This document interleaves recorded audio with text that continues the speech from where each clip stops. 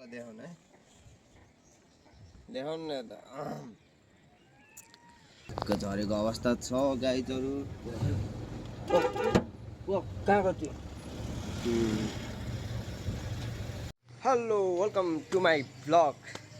Hello guys, तपाईँहरूलाई मेरो ब्लगमा स्वागत छ। आई होप तपाईँहरू सन्चै होला, म पनि सन्चै छु। आजको यात्रा चाहिँ हाम्रो चितवनदेखि चाहिँ हामी जान लागेको डोटी दिपायलसम्मको यात्रा छ। त हाम्रो चाहिँ मेरो गाडी चाहिँ यो हो, अहिले हालको लागि यस्तै छ। मेरो गाडी चाहिँ यस्तै भइरहेको छ। म चाहिँ आज लोडे हिँडिसकेको छु। हाम्रो लोडिङ म्यान छ धीरज भाइ छ लोडिङ म्यानमा चाहिँ। गाडी चाहिँ लोड गरेर भ्याइसक्यो। गाइजहरू हेरौँ हाम्रो यात्रा कस्तो हुन्छ होइन, तपाईँहरू पनि हेर्दै गर्नु होला। हेर्दै गरौँ है त गाइज। म अब यहाँबाट हिँड्न लागेको। अहिले चाहिँ मेरो बाले गाडी ट्याक्टुक्क धोइधाइ गरेर रेडी गरिदिनु भयो। मैले पनि ट्याक्क लुगासुगा लगाएर रेडी भइसक्यो। म चाहिँ अब घरबाट निस्किनु लाग्यो। खै त अहिले कम्पनीबाट निस्केर आइयो, अब छिट काट्नुपर्ने बाँकी छ त। अहिले चाहिँ हामी डन्डातिर पुगिसकेको छौँ। हामी चाहिँ यहाँ ट्याक्क काउसदी पुगेछौँ है। काउसदीतिर छ अहिले चाहिँ हालको लागि चाहिँ। काउसदी बजार अघि एकछिन लफडा परेको थियो, भिडियो बनाउन थाल्यो बिर्सेछ। त्यस्तै भयो, फाक भइरहेछ। साथीले तेल हाल्दैछन्, म चाहिँ यसो कुरी बस्दिएको। गाइज हामी चाहिँ अहिले दाउने कटेर अनि यता यो के अरे अहिले चाहिँ लुम्बिनी गेट आइसकेको छौँ है त। लुम्बिनी गेट आइसकेको छौँ। अगाडि अब मेरो भुपू गाडी दौडै छ, पछाडि म आफ्नै खटारा योद्धामा दौडा छ। आज हाम्रो स्पेसल गेस्ट हुनुहुन्छ फेरि मेरो एकदम प्यारो ह्यान्डसम भेना हुनुहुन्छ है। भेना हाई गरिदिनु मेरो च्यानलमा। ठिक छ। भेना हेर एकदम मिठो बोल्नुहुन्छ। ठिक छ, मलाई खुसी लाग्छ। हामी चाहिँ अहिले यता पुगेको छ है त गाइजहरू। अहिले चाहिँ हामी तौलियातिर आइसकेको छौँ गाइजहरू। तौलिया बजार हो यो चाहिँ होइन। यस्तो यस्तो खातीहरू आउँछन् न के भन्नु। तौलियाबाट अब हामी निस्किन्छौँ, बहादुरगञ्ज निस्किन्छौँ यहाँबाट होइन। बहादुरगञ्ज निस्केर अनि एकैचोटि उहाँ उता के अरे चनौटा निस्किन्छौँ है त गाइजहरू। बाटो चाहिँ यस्तो छ, नाइट लुक्स हेरौँ कस्तो छ। नेपालमा नि बवाल बाटो छ नि यार, के भन्नु। कति विदेश भन्छौँ, कहिले त नेपालको बाटो पनि हेर न यार गाइजहरू यार। अहिले चाहिँ हामी चनौटा निस्किसक्यो। Chair chair. अहिले चाहिँ हामी जान लाग्छौँ चनौटा। निस्क्यो हामी चाहिँ फाइनली चनौटा निस्किसकेको छौँ त गाइजहरू। Main international highway निस्किसक्यौँ।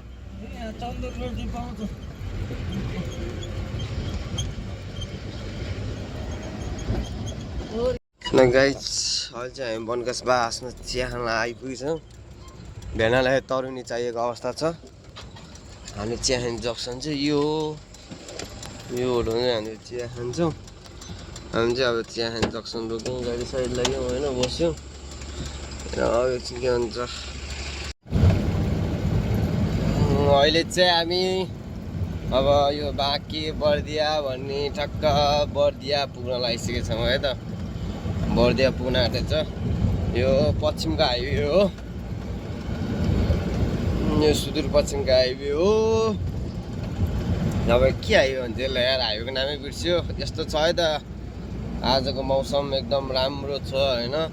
पानी पर्ला जस्तो छ, चिल चिल चिल चिल पारा छ होइन। अगाडि डडम्बय दौडै छ।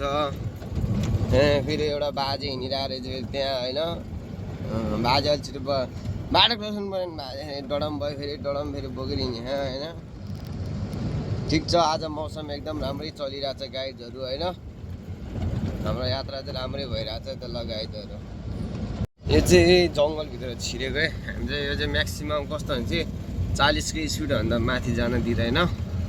अनि त्यही भएर चाहिँ हामी चाहिँ यतिकै नर्मल स्पिडमा हिँडिरहेको छौँ है त गाइडहरू।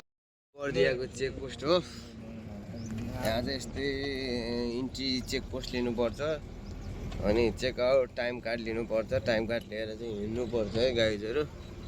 यस्तै चलिरहेको त। फाइनली गाइज हामी चाहिँ हत्तैले आइसकेका छौँ है अहिलेसम्म चाहिँ। अब भात पनि खान पाएनन्। 11 छ होइन बेला अहिले चाहिँ अत्तरिया चोक आइसकेको छ है यो चाहिँ अत्तरिया चोक हो हामी जानुपर्ने चाहिँ सिधै जानुपर्ने हो यता जानुपर्ने हो अहिले चाहिँ यता घुमिदिएको ल आज यसो अब दोस्रो गाडी बिग्रिहाल्यो अब के गर्नु कता हेर्नु होइन हेरिरहेको छौँ यो चाहिँ अत्तरिया बजार है फेरि अत्तरिया बजार अहिले चाहिँ हामी माथि डाँडातिर आइसकेका छौँ गाइजहरू यस्तो छ चलबल यस्तै भइरहेछ बबाल चिसो आनन्द भइरहेछ अहिले चाहिँ हाम्रो दमन प्राण उता छ यस्तै भइरहेछ है अहिले चाहिँ हामी कैलाली भिर कटेर अगाडि आइसकेका छौँ प्ले गर्यो हेर्नुहोस् अहिले चाहिँ हामी लगभग यो फाल्टुटे डाँडा भन्ने ठाउँ पुग्न लागिसक्यो होइन यो ठाउँमा चाहिँ कस्तो आउँदा आउँदा एक्कासी हावाहुरी पानी झरी पर्दै क्या हेर्नु न रोडैभरि अनेक चिज हेर्नुहोस् न तपाईँहरू चाहिँ प्लिज एकदम सतर्क भएर आउनु होला आउँदाखेरि चाहिँ आउँदा चाहिँ एकदम विचार गर्नुहोस् अहिले चाहिँ हामी धेरै अब अप्ठ्यारोमा भइरहेको छौँ हेर्नुहोस् मौसम बुझेर मात्रै हिँड्नुहोस् पानी हावाहुरी बतास सब हेर्नुहोस् केराको घरि नै ढलेर नष्ट भएको छ डडेलधुरा चाहिँ भेना हेर्नुहोस् उठेर भएको जस्तो छ हामी चाहिँ डडेलधुराबाट उठेर हिँड्दाखेरि चाहिँ गाडी साइड दिँदा चाहिँ एउटा गाडी चाहिँ नालीमा चिरिक्क झरेको अवस्था छ गाइजहरू कहाँ गयो छ है त गाइजहरू मोटरसाइकल छ गाडी छिरेन अड्कियो गाइजहरू यस्तै भयो गाइजहरू के भन्नु कहाँ उक्लिन्छ ओ यता हाल्न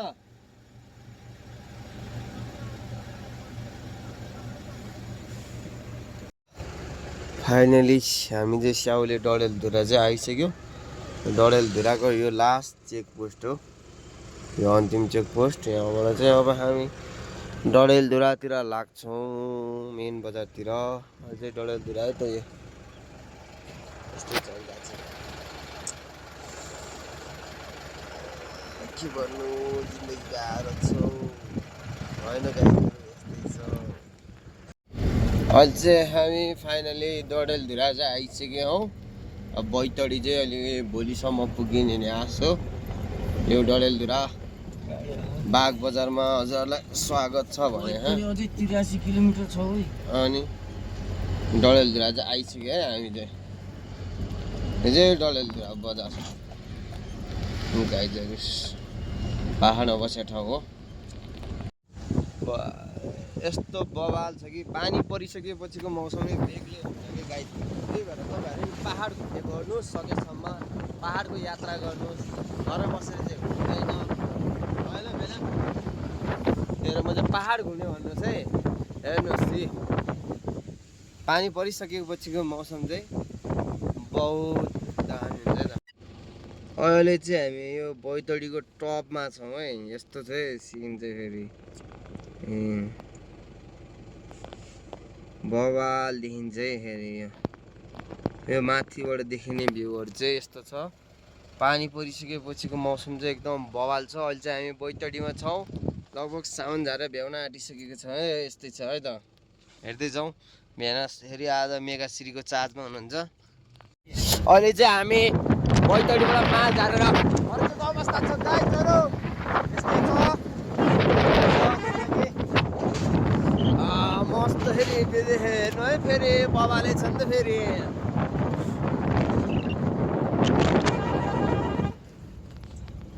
भेना राइडर अहिले चाहिँ भेना 1800 राइडरबाट अहिले हाम्रो योद्धा 1386 राइडर हुनुहुन्छ देखाउनु है देखाउनु न त अहिले चाहिँ हामी अब ल यो बैतडीको सबभन्दा अन्तिम ठाउँमा आइसक्यो अब मेरो ब्लग चाहिँ आज यो यति नै हुन्छ अहिले चाहिँ हामी पानी बिहान यस्तो परेको थियो पानी परिसकेपछिको मौसम चाहिँ यत्तिको दामी छ है तपाईँहरू पनि घर नबस्नुहोस् घुम्नुहोस् बाहिर जति सक्नुहुन्छ घुम्नुपर्छ है त्यही भएर मेरो आजलाई चाहिँ यति नै हो सिन चाहिँ हेर्नु यस्तै छ मेरो ब्लग चाहिँ यसरी हेरिरहनु पऱ्यो यसरी नै सपोर्ट गर्नु पऱ्यो त ब्लग चाहिँ हेर्नु पऱ्यो है त गाइज ल देखाइदिनु बिना